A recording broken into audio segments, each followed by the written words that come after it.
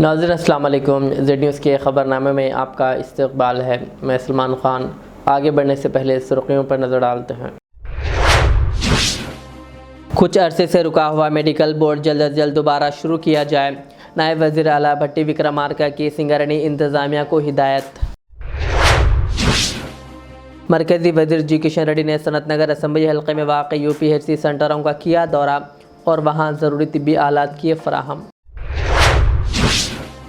तेलंगाना के वज़ीर आपाशी उत्तम कुमार रेड्डी ने सम्माका सागर प्रोजेक्ट के लिए NOC के मामले पर छत्तीसगढ़ के वज़ीर आला से की मुलाकात। मुहर्रम 2026 के इंतजामात का जायज़ा लेते हुए वज़ीर अज़हरुद्दीन ने तमाम महकमों को हिदायत दी है कि बीबी का अलम जुलूस समेत तमाम मजहबी रसूमात के पुरअमन और मुनज़्ज़म इनेकाद को यकीनी बनाया जाए। मीनाक्षी नटराजन की शिकस्त के लिए ख़ुद कांग्रेस की अंदरूनी साजिशें और इख्तलाफात ज़िम्मेदार है। KTR का इल्ज़ाम, तहक़ीक़ात कराने का किया मुतालबा। हज 2026 की अदायगी के बाद तेलंगाना के पहले काफ़िले के हाजी वतन वापस पहुँचे, जहाँ एयरपोर्ट पर वज़ीर अज़हरुद्दीन, चेयरमैन खुसरू पाशा और दीगर ने किया इनका इस्तक़बाल।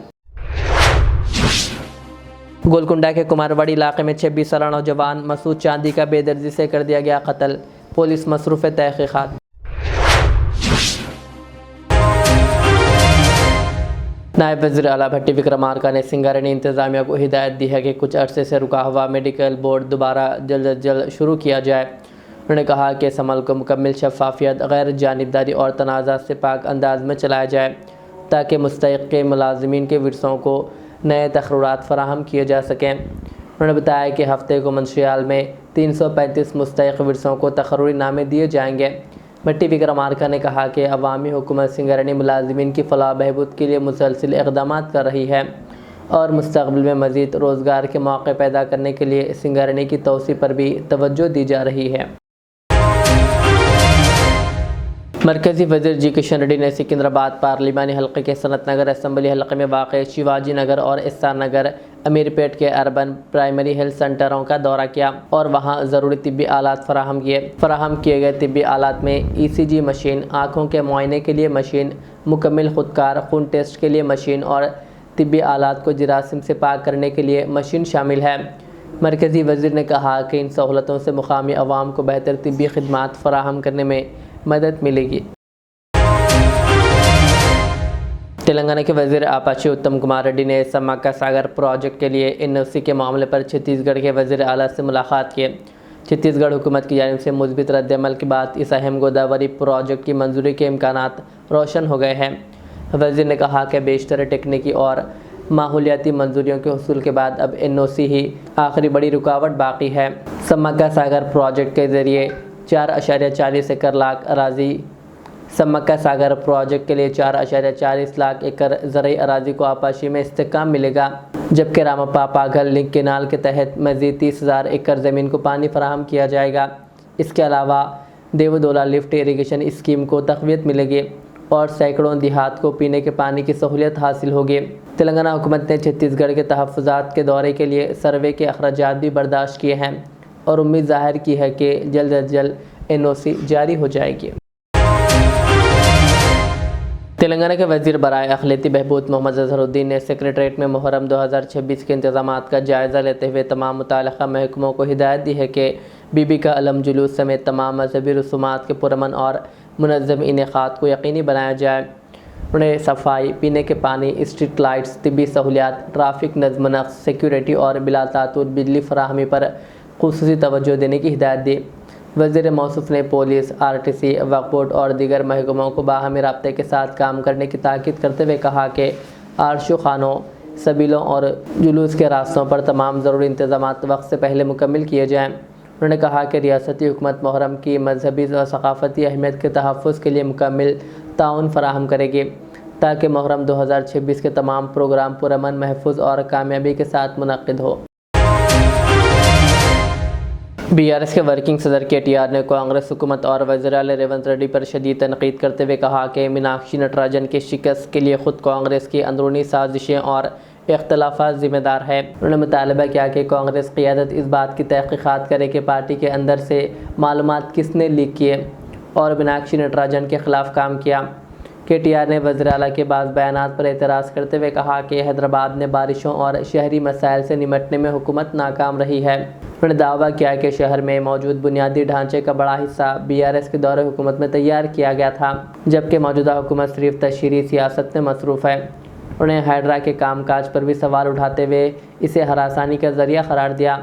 उन्होंने रियासती और मरकज़ी हुकूमतों दोनों को तनक़ीद का निशाना बनाते हुए कहा कि कांग्रेस अपने वादे पूरे करने में नाकाम रही, जबकि BJP भी कौमी सतह पर बड़े वादे पूरे नहीं कर सके। KTR ने दावा किया कि मुख्तलिफ सर्वेस के मुताबिक BRS की अवामी हिमायत में इजाफ़ा हो रहा है और पार्टी आइंदा इंतखाबात में मजबूत वापसी करेगी। जयशंकर भोपालापल्ली ज़िले में खानसाज कौंसिल में क़ायद हदब इख्तिलाफ श्रीकोंडा मधुसूदनाचारी ने KTK5 इंक्लाइन का दौरा करते हुए सिंगारणी मजदूरों से मुलाकात की। उन्होंने कैंटीन और मेन राइडिंग समेत मुख्तलिफ शोबों का मुआयना किया और मजदूरों के मसाइल दरियाफ्त किए। मजदूरों ने पानी की किल्लत का मसला इनकी तवज्जो में लाया, जिस पर मधुसूदनाचारी ने फौरी तौर पर सिंगारणी जनरल मैनेजर से बात करके मसला जल्द हल करने की हिदायत दी।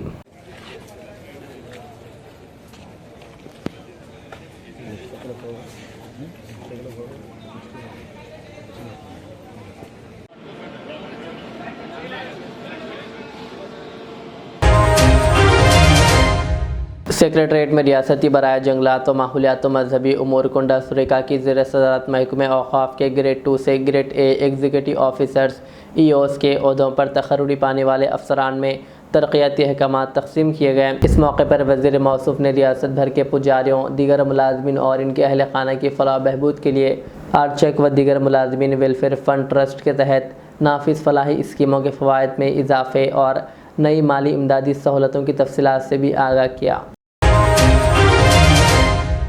तेलंगाना रक्षण सेना की चीफ के कविता ने मुतालबा किया कि GO 317 से मुतासरा असातिज़ा और सरकारी मुलाजमिन को फौरी तौर पर इंसाफ फराहम करते हुए GO 190 को बिला ताख़िर नाफिज किया जाए। उन्होंने कहा कि GO जारी हुए 9 माह गुजर चुके हैं, लेकिन हुकूमत अब तक इस पर अमल दरामद नहीं कर सकी।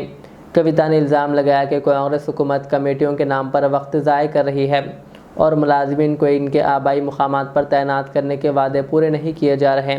उन्होंने खबरदार किया कि अगर 190 GO फौरी नाफिज ना किया गया तो तेलंगाना रक्षण सेना मुलाजिमिन और असातिज़ा के हकूक़ पर बड़े पैमाने पर एहतजाजी तहरीक शुरू करेगी। जय तेलंगाణ अंदरिकी नमस्कारम। ఈ రాష్ట్రంలో ప్రభుత్వానికి ధైర్యం లేక అనేక నిర్ణయాలను పోస్ట్పోన్ చేస్తూ వస్తున్నది. చాలా నిర్ణయాలు ప్రజలు ఇబ్బందులు పడుతున్నా, ఉద్యోగులు ఇబ్బంది పెడుతున్నా కూడా కమిటీల పేరుతోని కాలయాపన చేస్తున్నది. అది ఉద్యమకారుల విషయమైనా, 317 GO ఉద్యోగుల విషయమైనా, ఇంకా అనేక అంశాల్లో కూడా ఏదో ఒక కమిటీ వేయడం, కాలయాపన చేయడం తప్పితే గుండె ధైర్యంతో నిర్ణయాలు తీసుకొని ప్రభుత్వం ముందుకు పోవడం లేదు. దీనివల్ల చాలా ఇబ్బందులు జరుగుతూ ఉన్నాయి. ఉదాహరణకు 317 GOని తీసుకున్నట్టయితే గత 9 నెలల క్రితం క్యాబినెట్ సబ్ కమిటీ ఏదైతే దామోదర్ రాజనరసింహ గారు చైర్మన్గా, శ్రీధర్ బాబు గారు, పొన్నం ప్రభాకర్ గారు మెంబర్స్గా వేయడం జరిగిందో, ఆ సబ్ కమిటీ ఒక మధ్యంతర నిర్ణయం తీసుకొని 190 GOని ఇవ్వడం జరిగింది.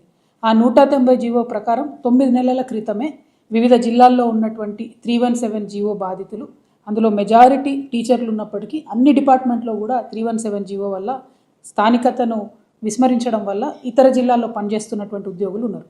వాళ్ళందరినీ కూడా వాళ్ళ స్వస్థలాలకు పంపిస్తామని, అవసరమైతే సూపర్ న్యూమరరీ పోస్టులు కూడా క్రియేట్ చేసి పంపిస్తామని చెప్పి ఈ ప్రభుత్వం మాట ఇవ్వడం జరిగింది. GO వచ్చి 9 నెలలు అవుతుంది. ఆ GO validity only 2 or 3 years అని క్రిస్టల్ క్లియర్గా చెప్పినారు GOలో. కానీ 9 months ఇప్పటికే అయిపోయింది. ఇప్పటికి కూడా ఒక్క ఉద్యోగం కూడా ట్రాన్స్ఫర్ చేయలేదు. ఎందుకోసం తాత్సరం జరుగుతోంది, ఎవరి కోసం తాత్సరం జరుగుతోంది, ఏ పైరవీల కోసం ప్రభుత్వం ఆగుతుందన్న విషయం స్పష్టంగా చెప్పాలి. ఉద్యోగులు, ఉద్యోగ సంఘ నాయకులు ఈ అంశం మీద ప్రభుత్వాన్ని నిలదీయాల్సిందిగా నేను మిమ్మల్ని రిక్వెస్ట్ చేస్తూ ఉన్నాను. మీ వెంట, మీ వెనక తెలంగాణ రక్షణ సేన ఖచ్చితంగా నిలబడుతుంది. ఏ ఉద్యోగి హక్కులు పోయినా కూడా మేము చూస్తూ ఊరుకోము. ప్రభుత్వానికి మేము హెచ్చరిక చేస్తూ ఉన్నాం. మీరు ఏదైతే 317 GOలో ప్రత్యేకించి టీచర్లకు సంబంధించి 25 రేషనలైజేషన్ GOతో సంబంధం లేకుండా సపరేట్గా 190 GOని అమలు చేయాలి. అవసరమైతే వారికి సూపర్ న్యూమరరీ పోస్టులు క్రియేట్ చేసన్న స్వస్థలాలకు తీసుకురావాలి. మిగతా డిపార్ట్మెంట్లో ఉన్న 317 GO బాధితులందరికీ కూడా డైరెక్ట్గా మీరు ట్రాన్స్ఫర్ చేసే అవకాశం ఉండి కూడా 9 months నుండి చేయడం లేదు. ఖచ్చితంగా ట్రాన్స్ఫర్లు వెంటనే చేపట్టాలి. తెలంగాణ రక్షణ సేన నుంచి ప్రభుత్వానికి హెచ్చరిక చేస్తూ ఉన్నాం. మీరు త్వరగా ఇది చేయకపోతే మేము కార్యక్షేత్రంలోకి దిగాల్సి వస్తుంది. ప్రజా ఉద్యమాలను నిర్మించాల్సి వస్తుంది. ఉద్యోగులు డైరెక్ట్గా వచ్చి మీ మీద పోరాటం చేయలేరు కాబట్టి ఉద్యోగుల పక్షాన, టీచర్ల పక్షాన నిలబడి మేము వారికి ఇబ్బంది కాకుండా చూసుకుంటామని తెలియజేస్తున్నాను. Thank you. జై తెలంగాణ. हज 2026 की अदायगी के बाद तेलंगाना के पहले काफिले के हाजी वतन वापस पहुंचे, जहां इनका शमशाबाद एयरपोर्ट पर शानदार इस्तकबाल किया गया। वज़ीर मोहम्मद अज़हरुद्दीन ने मीडिया से बात करते हुए कहा कि इस साल हाजियों के लिए किए गए इंतज़ामात इंतहाई कामयाब रहे और सफ़र के दौरान फ़राहम की गई सहूलियात काबिल सताइश है। उन्होंने एयरपोर्ट अथॉरिटी, तेलंगाना स्टेट हज कमेटी और रियासती हुकूमत का शुक्रिया अदा करते हुए कहा कि वज़ीर आला रेवंत रेड्डी ने हाजियों की फलाह बहबूद के लिए खुसूसी दिलचस्पी ली और हर मुमकिन ताउन फराहम किया। अज़हरुद्दीन ने कहा कि हुकूमत आइंदा बरसों में मज़ीद बेहतर सहूलियात फराहम करने के लिए पुरअज़्म है। तेलंगाना स्टेट हज कमेटी के चेयरमैन अफजल बियाबान खुसरो पाशा ने एयरपोर्ट पर इस्तकबालिया इंतज़ामात की निगरानी की। इस मौके पर MLC मिर्ज़ा रहमत बेग, हज कमेटी के अरकान, ओहदेदारान और दीगर मौजूद शख्सियात भी मौजूद थी और वापस आने वाले हाजियों को मुबारकबाद पेश की। आज बहुत खुशी की बात है कि हमारा पहली फ्लाइट हज के बाद आई और हम लोग वेलकम करें और बहुत खुशी हो रही है क्योंकि जाते टाइम हम रवाना करे थे बट आगे आज रिसीव भी करें और अपने खुसरो साहब यहाँ पे हज के कमेटी के चेयरमैन है और रहमत भाई मेरे भाई यहाँ पे ठहरे हुए हम सब लोग आज रिसीव करें। तो मैं सब लोग का जितने भी लोग आए उनका बहुत बहुत पहले तो शुक्रिया अदा करूँगा क्योंकि जो एयरपोर्ट अथॉरिटीज़ है जो उन्होंने जो काम किया है वो काबिल तारीफ़ है और जितने भी सिक्योरिटी के लोग भी वहाँ पे काम किया और इतना अच्छा आराम से हज हो गया। लोगों का कोई कंप्लेंट नहीं था, उनके कह रहे थे कि बहुत अच्छा उनके लिए अच्छे जो भी सहूलियात थे वहाँ पे जो फैसिलिटीज़ थे बहुत अच्छे हुए। लेकिन मैं जो जितने भी लोग हाजी आए हुए हैं जो उनको मैं बहुत बहुत मुबारकबाद देता हूँ कि वो हज करके आए। एक बहुत फिफ्थ पिलर ऑफ इस्लाम है, उन्होंने आज वो पूरा कर दिया तो उनको मैं बहुत बहुत मुबारकबाद देता हूँ। और जितने भी लोग यहाँ पे है जो भी हेल्प करे और जो हज कमेटी के जितने भी स्टाफ है, हमारे CO साहब असदुल्ला साहब भी है और जितने और बहुत से लोग हैं जितने मेरे आगे पीछे जो ठहरे हुए हैं, नाम लेना बहुत जो भी मेंबर्स है नाम लेना मुझे बहुत मुश्किल है, नहीं तो फिर बड़ी लंबी आपको इंटरव्यू देना पड़ता है। लोग सब पूरों ने जितने भी लोग हैं पूरों ने बहुत अच्छा काम किया। मैं उनको सबका बहुत बहुत शुक्रिया अदा करता हूँ। इंशाल्लाह उनको ज़रूर इस काम के लिए अजर मिलेगा और जितने भी लोग यहाँ पे ठहरे हुए हम सबको अल्लाह ताला अजर देगा और हमने पूरी हमारी तरफ से कोशिश की और इंशाल्लाह ऐसा लग रहा है कि अल्लाह ताला ने हमारी जो कोशिश थी उसको कामयाब कर दिया है। और मैं खुसरो साहब का भी, रहमत साहब भाई का भी बहुत बहुत शुक्रिया अदा करता हूँ कि हम लोग आप इतनी सुबह में आए और आगे इतना हम लोग आज इसको रिसीव करें और उनके जो चेहरों पे जो खुशी थी वो मैं कोई बयान नहीं कर सकता क्योंकि जब इतनी बड़ी जगह पे जब जाके आप आ रहे हैं तो इंशाल्लाह बहुत खुश थे और इंशाल्लाह हम ज़रूर इससे अच्छा भी करने की कोशिश करेंगे। अगर कोई भी यहाँ पे अगर थोड़े बहुत मेरे ख्याल में कोई भी कंप्लेंट होंगे तो मेरे ख्याल में इंशाल्लाह कंप्लेंट तो नहीं होना चाहिए। अगर जो भी रहेगा तो हम इससे इम्प्रूव नेक्स्ट ईयर इससे अच्छा वो करेंगे और इम्प्रूव करेंगे इंशाल्लाह। जितने हमारी तरफ से, हमारी मिनिस्ट्री की तरफ से, हमारे हज कमेटी की तरफ से, हज चेयरमैन की तरफ से और जितने भी लोग हैं उनकी तरफ से हम जो काम करें वो और इससे अच्छा करने की कोशिश करेंगे। लेकिन फिर से मैं सब लोग का शुक्रिया करूँगा, सर का भी बहुत बहुत शुक्रिया, सर अफ़ा मैडम का भी बहुत बहुत शुक्रिया। आप लोग ने बहुत हमें लाइक तीन मैडम तो 3 साल से काम कर रहे हैं यहाँ पे बट लेकिन सब जितने भी लोग इसमें इन्वॉल्व थे मैं पूरों का शुक्रिया अदा करूँगा। क्योंकि नाम लेना हर एक डिपार्टमेंट का बहुत इतना नहीं है बट मैं पूरे डिपार्टमेंट जितने भी डिपार्टमेंट जुड़े हुए थे और जितने भी लोग इस 2-3 महीने एकदम ज़बरदस्त तरीके से काम करें तो मैं उनका बहुत बहुत शुक्रिया अदा करता हूँ और बहुत मशहूर हूँ। और इंशाल्लाह ज़रूर हम इससे अच्छा करने की अगले साल कोशिश करेंगे। अल्हम्दुलिल्लाह तेलंगाना स्टेट हज कमेटी से जो आज़मीन गए थे उन हुज्जाज इकराम का आज पहला काफ़िला आया है जिसके अंदर 428 हाजी तशरीफ़ लाए हैं। सब खैरियत से हैं और मिनिस्टर साहब ने सबसे नफीस मिला और हमारे MLC साहब ने सबसे रहमत बेग साहब ने मुलाकात की। अल्हम्दुलिल्लाह सब खुश हैं। यहाँ के इंतज़ामात, हमारे हज इंस्पेक्टर के इंतज़ामात, सेंट्रल हज कमेटी के इंतज़ामात और सऊदी गवर्नमेंट के इंतज़ामात अल्हम्दुलिल्लाह बहुत बेहतर रहे। सब खुश है और हम सबकी दुआ है कि जो डिपार्टमेंट ने काम किया अल्लाह ताला सबको अजर दे और जितने भी लोग हज करके अल्लाह ताला उनके हज को कबूल फरमाए। 21 फ़्लाइटें हैं जिसमें से पहली फ़्लाइट आई है फिर दोपहर में एक है। ये सिलसिला 10 दिन तक चलते रहेगा। हमारा स्टाफ 24 घंटे यहाँ मौजूद रहेगा, सबको रिसीव करेगा। इंडिया को सारे दुनिया से वहाँ पर आज़मीन पहुँचे यहाँ की जो हमारे कौंसल जनरल है सूरी साहब को बेस्ट एम्बार्गेशन पॉइंट ऑफ इंडिया से अच्छे खिदमत किए गए हैं, तो इंडियन हज कमेटी को उसका भी अवार्ड मिला है। आज सदर मोहतरम नखीब मिल्लत अलहाज बैरशर असदुद्दीन ओवैसी साहब की हिदायत के ऊपर मैं जो तेलंगाना रियासत के तरफ से जो आदमी ने हज जो अपना हज अदा कर कर आए, पहला काफिला को आज हमने यहाँ पर हमारे रियासती वज़ीर जनाब मोहम्मद अजहरुद्दीन साहब और हज कमेटी के चेयरमैन जनाब खुसरो पाशा साहब मिलकर हमने आज जो अपना हज मुकम्मिल करके 428 हाजियाँ जो पहले काफ़िले में आए, अल्हम्दुलिल्लाह मजलिस इत्तेहादुल मुस्लिमीन की तरफ से आज मैं यहाँ पर आया और वो लोग यही कहे कि वहाँ के इंतज़ामात भी बहुत अच्छे थे बोलकर, अल्हम्दुलिल्लाह अल्लाह ताला उनके हज को जो पूरा अल्लाह के घर में और सरकार के रोज़े की ज़ियारत कर कर वो लोग यहाँ पर आए और हमने उनसे मिला और बहुत खुश थे वो लोग, वहाँ के इंतज़ामात भी बहुत अच्छे थे बोल के। तो अल्हम्दुलिल्लाह मजलिस इत्तेहादुल मुस्लिमीन हमेशा साथ है और जब कभी भी हुकूमत की तरफ से कोई भी अच्छा काम होता है तो बराबर मजलिस इत्तेहादुल मुस्लिमीन साथ रहती है। आज की इसकी डिटेल रिपोर्ट सदर मोहतरम नखीब मिल्लत अलहाज बैरशर असदुद्दीन ओवैसी साहब को पेश की जाएगी। शुक्रिया, खुदा हाफ़िज़। शहर के गोलकुंडा के इलाके कुमारवाड़ी में 26 साल नौजवान चांदी मसूद का बेदर्दी से कत्ल कर दिया गया। मुकामी इत्तलात के मुताबिक जुमा की नमाज के बाद वो अपने घर पहुंचे तो चंद अफराद इनका ताक़ुब करते हुए घर में दाखिल हुए और मुबैना तौर पर डंबल रॉड से हमला किया। हमले में मसूद शदीद ज़ख्मी हो गए और मौके पर ही दम तोड़ दिया। मुकामी सतह पर इस वाक़े में इनके साले और इसके दोस्तों के मुलविस होने के इल्ज़ाम सामने आ रहे हैं। गोलकुंडा पुलिस ने मुकदमा दर्ज करके तफ्तीश शुरू कर दी और मीडिया को तफसीलात बताई। क्या नाम बोलूं? मेरा नाम शेख इस्माइल है। मेरे बच्चे का नाम शेख महबूब है। हाँ?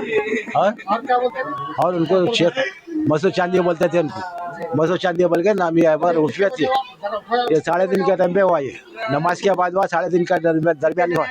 5 जने आए थे और एक लेडीज भी आई। लेडीज उनके समझो ताई है या कौन है, लेडीज को जानता। उसके बड़े सालों का समझो नाम मेरे को मालूम है, सोहेल नाम है।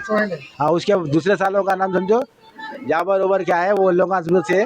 और ये सब 5 जने हैं उसमें और 2 जनों का मेरे को नाम नहीं है। हाँ, मसूद को एक लड़का है 6 महीने का लड़का है। बीवी बच्चों को उसमें लेके चले गए लगा पीर के दिन, यहाँ से लेके चले गए। क्या बोले? शादी हो गया समझो 2025 में हुई, जनवरी में, लव मैरिज। इन लोग को मारने की वजह क्या है? इन लोगों को मारने की वजह तो क्या है वो नहीं मालूम ना मेरे को। मियाँ बीवी का मैटर है, उसके अंदर क्या है उन लोगों को पहले से समझो सुलह करने। हाँ, इन्वॉल्व इसमें है। अब बीवी के संग क्या है उन लोग का समझो अंदर दिल में जो है सब क्या मालूम हो सकता है। मेरे को भी लगे ना। अच्छा, कहीं का माल लगे? ये जम्बिया का है, जम्बिया अंदर पड़ा हुआ है, डेड बॉडी के बाजू रखा हुआ है। ये कितने बजे का वाक़या है? 3:30 बजे का वाक़या है। हाँ, नमाज के बाद का समझो वाक़या है ये। आज दोपहर 3:20 और उसके अंदर उसके टाइम पे शेख महबूब बोल के अलियास चांदी मसूद 25 ईयर्स है। उन्हें यूट्यूबर है, इलेक्ट्रिशियन भी काम करता है। उन्होंने 1.5 ईयर से पहले उन्होंने लव मैरिज शादी किया था। 6 महीने से बाद एक बेटा भी हुआ थे। इससे वो उसका वाइफ का ब्रदर है, उसका नाम है शेख सोहेल बोल के है। पहले से कुछ थोड़ा उसके बीच में अंडरस्टैंडिंग नहीं होगा और कोई रीज़न से उन्होंने और उसका दोस्त अफू और जाबिर तीनों मिलके इधर आके अंदर जो शेख महबूब को अटैक करके, ड्रैगन से अटैक करके हेड इंजरी करे से उन्होंने स्पॉट डेथ हुआ। अभी इन्वेस्टिगेशन चल रहा। पूरा रीज़न क्या है, क्यों ऐसा करा उन लोग, 3 लोग उसको मर्डर करने की ज़रूरत क्या है, वो पूरा इन्वेस्टिगेशन में पूरा वेरीफाई करके फिर एक बार आपके पास अपडेट में आते हैं। और उन लोगों के लिए भी टीम्स अभी भिजाए इतना जल्दी हो तो उतना जल्दी उन लोगों को गिरफ्तार लेने के लिए हम लोग 100% कोशिश करके कोर्ट को भिजाते। अभी इन्वेस्टिगेशन चल रहा, अभी पोस्टमार्टम होने के बाद पूरा कार्रवाई हो जाता है। अभी आज ही आसपास 3:20 वो टाइम पे हुआ। कितने लोग आए थे इसमें? 3 बोल के अभी बोल रहा, वो भी अभी वेरीफाई करना कितने लोग है बोल के वेरीफाई करके कितने लोग इन्वॉल्व हो तो लोगों को 100% अपन कस्टडी में लेते। लेडीज भी थे कोई? वो पूरा वेरीफाई करना अभी हुआ ना, पूरा वेरीफाई करके उन लोगों को सब लोगों को एग्जामिन करके आई विटनेस कौन कौन है, उन को कौन कौन क्या बोलता देखे इन्वेस्टिगेशन और एविडेंस के हिसाब से 100% हम लोग उसको जस्टिफाई करेंगे। आखिर में सुर्खियां और एक बार। कुछ अरसे से रुका हुआ मेडिकल बोर्ड जल्द अज जल्द दोबारा शुरू किया जाए, नायब वज़ीर आला भट्टी विक्रमार्का की सिंगरनी इंतज़ामिया को हिदायत। मरकज़ी वज़ीर जी किशन रेड्डी ने सनत नगर असम्बली हल्के में वाक़ UPHC सेंटरों का किया दौरा और वहाँ ज़रूरी तिब्बी आलात किए फ़राहम। तेलंगाना के वज़ीर आपाशी उत्तम कुमार रेड्डी ने सम्माका सागर प्रोजेक्ट के लिए NOC के मामले पर छत्तीसगढ़ के वज़ीर आला से की मुलाकात।